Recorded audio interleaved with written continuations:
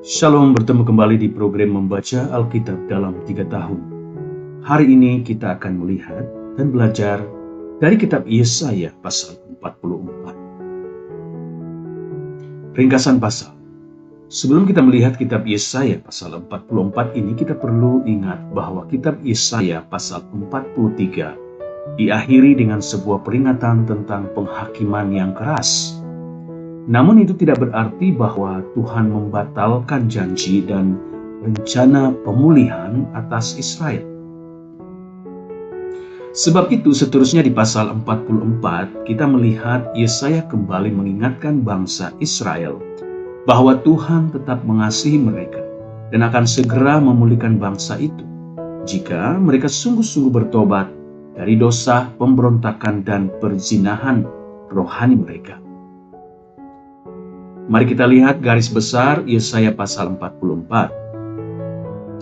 Ayat 1-4, janji Tuhan untuk mencurahkan karunia-Nya. Nah, meskipun orang Yahudi telah berdosa, Tuhan tetap menjanjikan kasih karunia dan akan mencurahkan roh-Nya kepada bangsa itu. Apabila bangsa itu menjauh dari Tuhan dan sama sekali tidak mau bertobat, maka mereka akan menerima penghukuman kekal. Tetapi jika ternyata masih ada sisa umat yang setia, maka Tuhan dapat menunjukkan kasih karunia-Nya walaupun jumlah kumpulan umat yang setia itu hanya sedikit. Pemulihan akan terjadi bagi bangsa itu secara keseluruhan maupun secara individu. Ayat 5, menjadi milik Tuhan. Demikian juga apabila Roh Kudus dicurahkan ke atas bangsa kita, maka kita akan mengalami pemulihan yang sangat signifikan sehingga kita disebut sebagai umat kepunyaan Tuhan. Ayat 6-8, Tuhan satu-satunya penyelamat. Tuhan Allah Israel adalah yang pertama dan yang terakhir. Dia benar-benar unik dan selain Dia tidak ada Tuhan yang lain.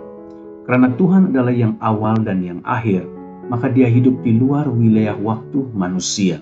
Dia mengetahui segala sesuatu yang sudah terjadi, yang belum terjadi, dan yang akan terjadi. Jika kita benar-benar mengenal siapa Tuhan, maka pengenalan itu akan menghapus semua keraguan dan ketakutan kita. Ayat 9-13, kebodohan pembuat berhala. Yesaya dengan tegas menunjukkan kebodohan para pembuat berhala yang nampak jelas dari cara mereka membuat berhala. Mereka menyembah benda buatan tangan mereka sendiri sebagai dewa dan memuja patung kayu yang mereka tebang dari pohon-pohon di hutan. Separuh daripada pohon itu dijadikan objek penyembahan dan separuh lagi dibakar untuk perapian memasak. Ayat 14-20, mata hati yang buta. Dengan sinis Yesaya bertanya kepada pembuat berhala, bagaimana mungkin mereka gagal melihat dengan jelas tentang kebodohan dari penyembahan berhala? Hal itu terjadi karena Allah telah menutup mata dan hati mereka. Orang yang berserah kepada ilah palsu akan diperhamba oleh dusta. Orang itu memegang berhala di tangan kanannya, tetapi tidak dapat melihat bahwa berhala itu adalah dusta. Ayat 21-23, kemuliaan Tuhan yang benar. Yesaya menegur Israel bahwa sebagai umat Tuhan, mereka seharusnya mengerti bahwa penyembahan berhala adalah satu kebodohan. Seharusnya umat itu makin percaya kepada kebesaran Tuhan karena mereka telah melihat dan mengalami sendiri penyertaan Tuhan yang hebat dan dahsyat. Tetapi sayangnya, umat itu bahkan turut terlibat dalam segala bentuk penyembahan berhala. Ayat 24-26, nubuat pembebasan Israel. Namun walaupun umat itu telah memberontak, Tuhan sendiri membuat klaim atau pernyataan yang sangat luar biasa. Tuhan menyatakan bahwa Dia adalah penebus dan pencipta Israel.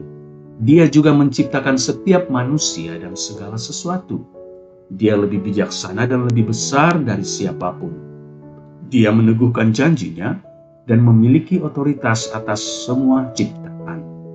Dia sendiri yang akan membangun dan mendirikan kembali Yerusalem. Ayat 27-28, pemulihan dijanjikan. Di akhir pasal ini, Nama Raja Kores disebut sebagai seseorang yang akan dipakai Tuhan untuk membebaskan Israel yang telah dibuang ke Babilonia. Atas kuasa dan kehendak Tuhan, maka Kores bahkan mengizinkan bait suci dibangun kembali di Yerusalem. Kesimpulan.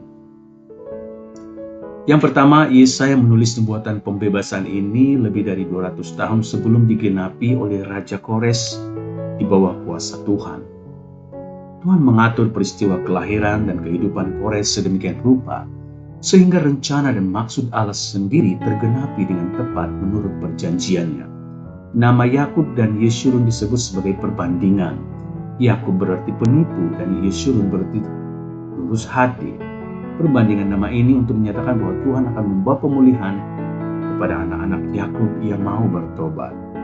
Pemulihan terjadi karena Tuhan tetap mengingat perjanjiannya walaupun umat Israel telah berdosa terhadap Tuhan. Yesaya menyatakan dengan tegas bahwa mereka yang membuat dan menyembah patung-patung berhala adalah sama bodohnya. Mereka menyembah patung-patung hasil ciptaan tangan manusia sendiri. Penerapan. Mari kita berusaha untuk lebih mengenal Tuhan melalui komitmen untuk bersaat teduh dan membaca Alkitab. Tetaplah percaya janji-janji Tuhan yang diucapkan khas untuk kita di dalam Alkitab. Walaupun janji itu mengambil masa yang lama untuk digenapi.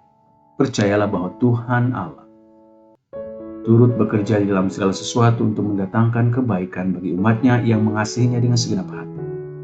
Jangan malu untuk memberi kesaksian bahwa kita adalah pengikut Tuhan Yesus. Roh Kudus akan memberi kita keyakinan bahwa kita adalah milik Allah dan bahwa kita memiliki hak istimewa sebagai anak-Nya. Demikianlah untuk hari ini. Terima kasih karena mendengarkan dan Tuhan Yesus memberkati.